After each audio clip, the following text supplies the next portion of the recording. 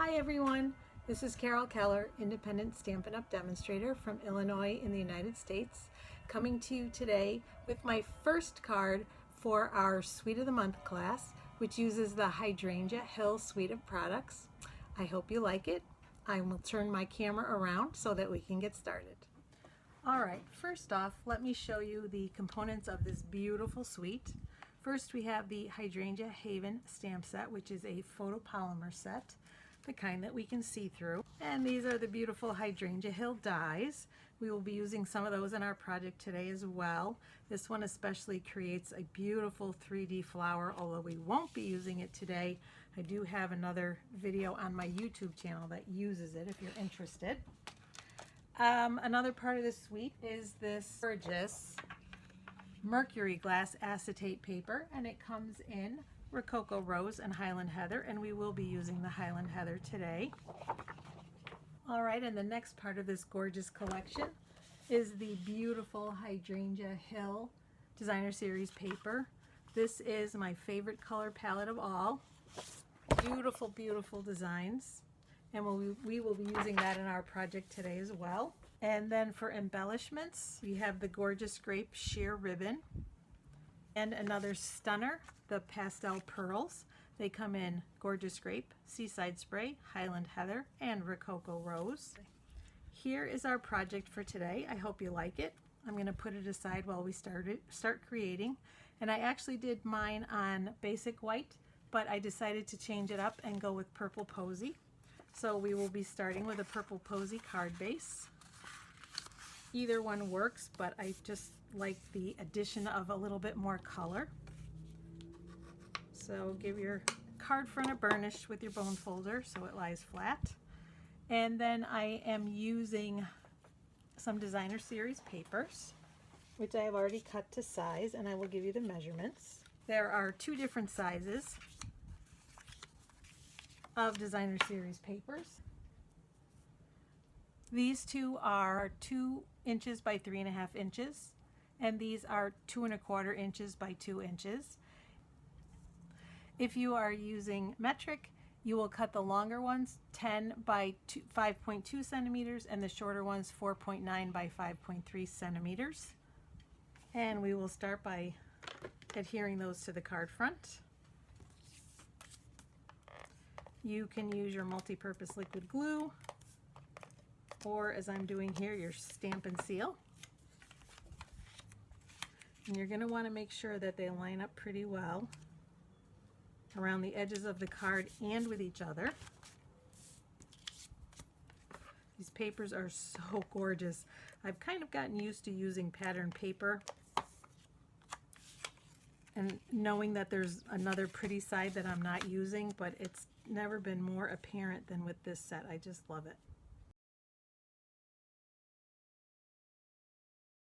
Okay, and if you are using the regular A2 size, you will see that there's a little bit of a gap in the middle. If you're doing an A4 card, the gap is not there.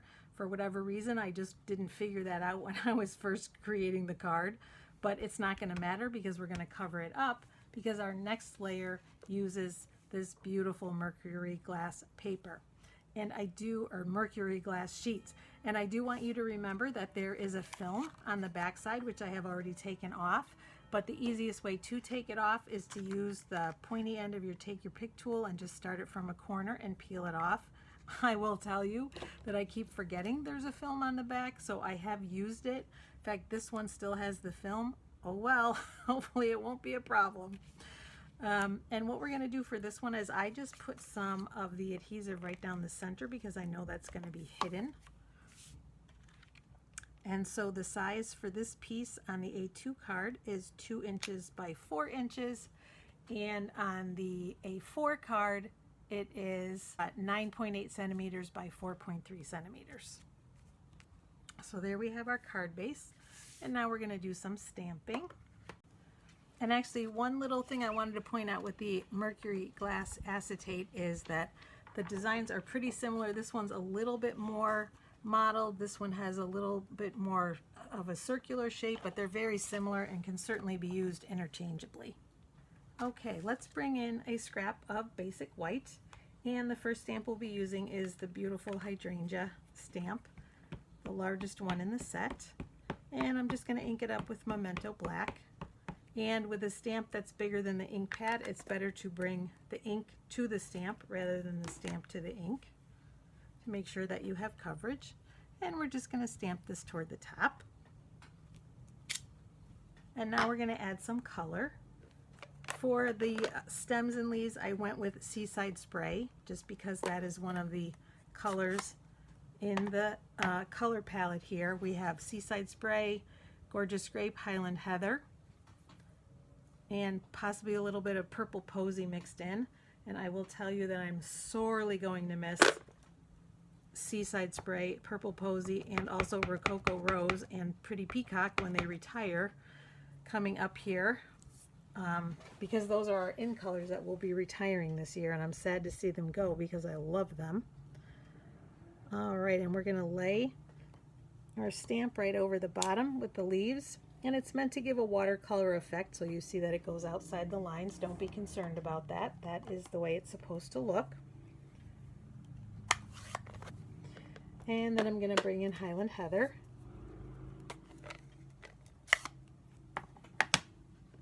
And now we have our fill stamp that will fill in the color, and it works the same way as the leaves. It's meant to generally cover the area with the flowers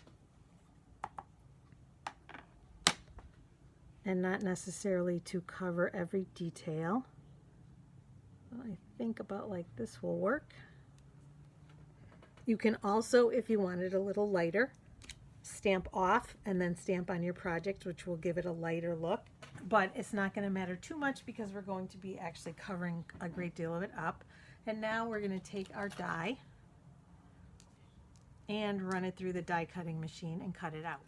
Alright, and now that we have our flower cut out, we're going to do some decorating. For this part, I've also die cut a bunch of flowers. Using the strip that comes in the set, I actually cut 2 sets of these, 2 or 3 sets from the pattern paper, from the reverse of this one, which is this, and I just turned it over because I wanted to get some of the different Purple Posy, Highland Heather, and Seaside Spray flowers.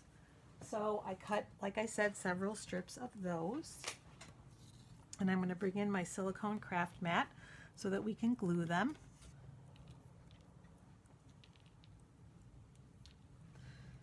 And what I'm going to do also is pull them up a little bit and put them into color groupings because I want different sections of the card to have different colors.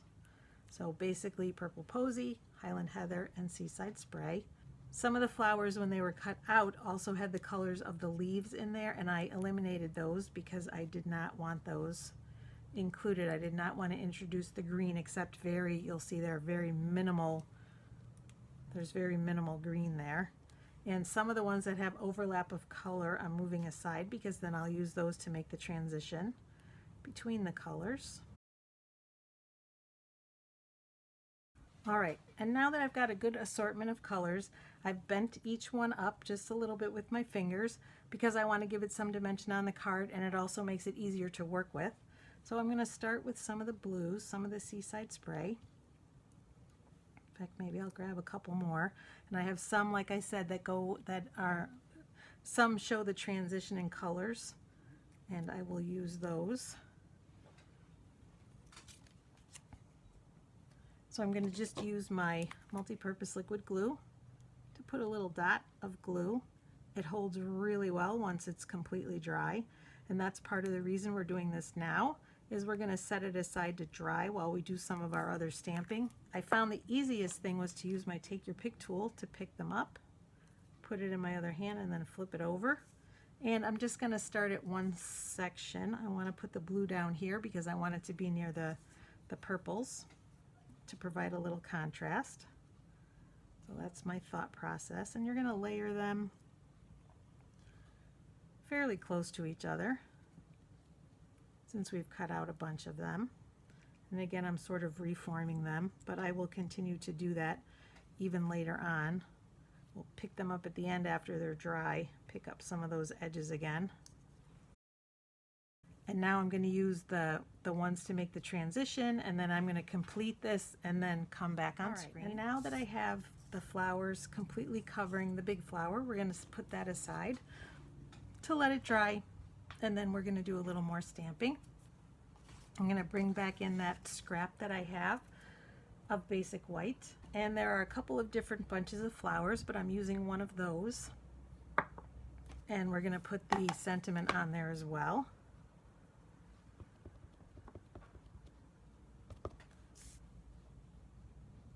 And actually, you can stamp first and then cut out, and I recommend putting the sentiment on after you cut out, because the fact that you can see through it makes it easier to do. If you have trouble lining up the die and getting it so that it's complete all the way around with the same amount of edge all the way around, you can actually, I did have success cutting it out first and then stamping, so that choice is yours. I'm going to cut it out and be right back. All right, so now I've cut out my flowers, and I'm going to bring in some Memento black ink and my sentiment. I checked it out that it would fit in that space. It says "To an Incredible Woman," and it fits right in there. So again, I'm taking my Memento black. I'm hesitating to even stamp on my paper. I finally just changed it up today from the winter one, and I'm just loving it. I don't want to mess it up, so that's why I'm being so careful with everything. But it will at some point get ink on it, because that's the nature of the beast. But for now, and there we are with our sentiment. And I'm going to put a piece of ribbon behind that, but we're going to put that aside because we're actually going to stamp the inside. On the inside, I stamped "The world is a better place because of you," or "The world is better because of you."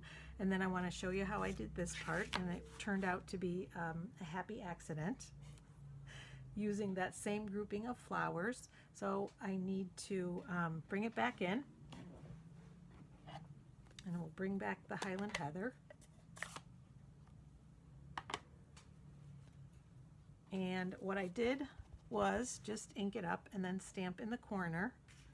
But when I did that, I realized that they sort of looked upside down to me, and so the way I fixed it was to make a big circle of the flowers, and so they just overlapped just a tiny bit, or in even that case they didn't, but I still like the look. And so you can see that it looks like almost a big bouquet. And then the part that draws your eye, hopefully, is the top part where they are right side up. I am going to do the same thing. I'm going to stamp the corner of the envelope, although I'm just going to use one. And so I'm going to make sure that it is right side up, and just stamp it in the corner like that. And I'm going to do the same thing on the back. Oops, a little bit of ink on my fingers. Oh well, just adds to the love. And then, like I said, the sentiment for the inside, I'm going to bring that in and stamp that as well.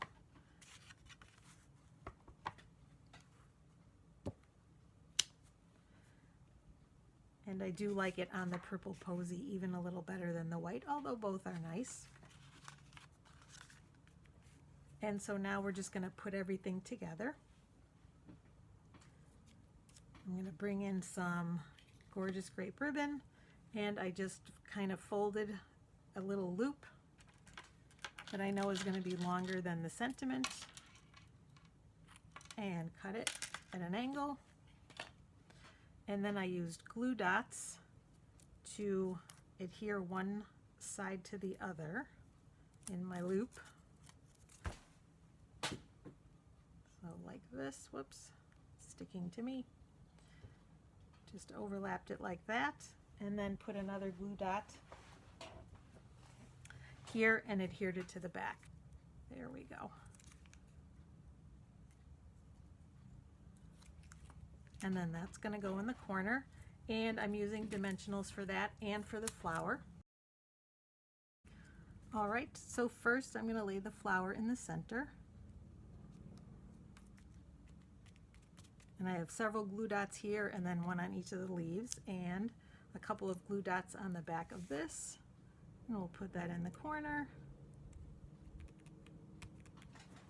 And then we're almost finished. Now that it's dry, I am going to take my finger and just pick up some of the leaves with my fingernail just to give them some dimension. So I'll do that off screen and be back in a moment. All right, and now that I've popped them up a little bit, I am going to add some pearls.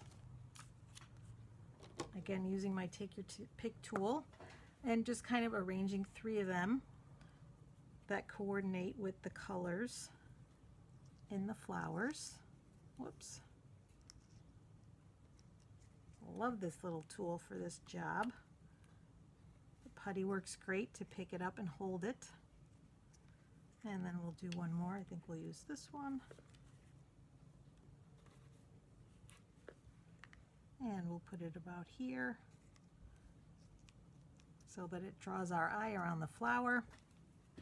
And I matched the colors, but you don't have to do that. You could do opposing colors. And then last but not least, one final touch of sparkle. Wonderful wink of Stella. Make sure it's coming out okay. Sometimes it comes out pretty quickly in clumps and we don't want that. And I'm just working it all the way around the flowers, being careful not to press them down. Now that I've popped them up, and give the project some more sparkle, because what's a flower without a little sparkle, right?